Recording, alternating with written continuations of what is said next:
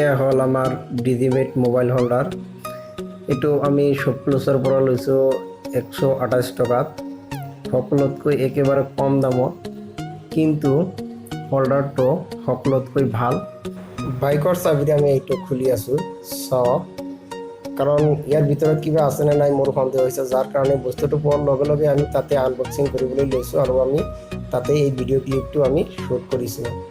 চাওক, বক্সটো খোলাৰ পিছত ইয়াতে আমাৰ কি তিনিটা বস্তু মিলিল। ইয়াতে দুটা মানে আমাৰ ক্লিপ মিলিল আৰু কি এটা মানে ডাঠ কেবল দিছে আমাক হোল্ডাৰৰ নিচিনাকৈ থাকিবলৈ, ষ্টেণ্ডৰ নিচিনাকৈ থাকিবলৈ। আৰু ইয়াতে চাওক এটা মানে বৰ্ডৰ নিচিনা দিছে, এইটো মানে ইয়াতে সময় দি এইটো মানে অলপ ভালকৈ লগোৱাত মানে যাতে আমাক কোনো ধৰণৰ অসুবিধা নহয়, যাৰ কাৰণে কি এইটো আমাক দিছে। চাওক, এইটো অলপ আপোনালোকে সাৱধানতা অৱলম্বন কৰি এইটো লগাব, যাতে ইয়াৰ যিটো পেজ আছে এই পেজটো কাটি নাযায়। অলপ ভালকৈ আপোনালোকে সাৱধানত এইটো লগাব। চাওক, মানে ইয়াত ফাৰ্ষ্ট লগাই আছোঁ, যাৰ কাৰণে অলপ মানে কি সমস্যা দি আছে। এইটো চাওক, এতিয়া মানে লগালোঁ। এই স্প্ৰিংটো চাওক, এইটো মানে কি বহুত হাৰ্ড। এইটো একচুৱেলি মানে যাতে অতি সহজে এইটো নষ্ট হৈ নাযায় বা লুজ হৈ নাযায়, তাৰ কাৰণে এইটো কি আগৰে পৰা টাইট কৰি দিছে, টান কৰি দিছে। চাওক, এইটো মানে কিমান শক্ত।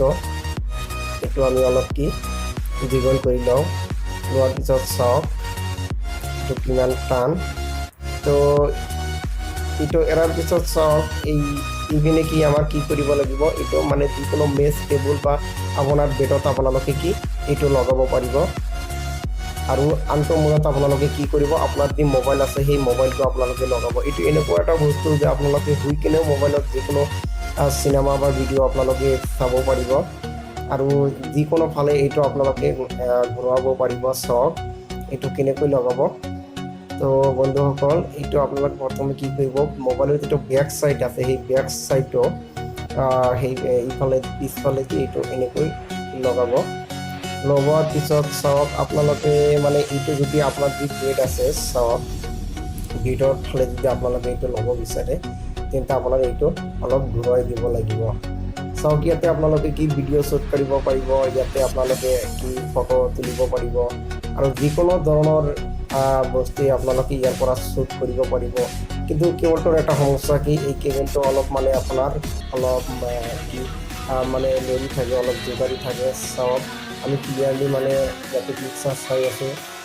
চাওক, ইয়াতে কোনো অসুবিধা নাই। তো বন্ধুসকল চাওক, ইয়াতে কোনো প্ৰব্লেম দিয়া নাই।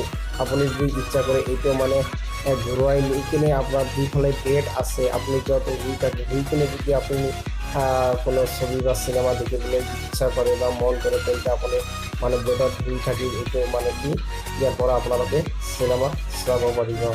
তো বন্ধুসকল চাওক, ইয়াতে আমি ডাইৰেক্টলি মানে গান বাজি থকা অৱস্থাত আমি ডাইৰেক্টলি আপোনালোকে এইটো দেখুৱাই আছোঁ।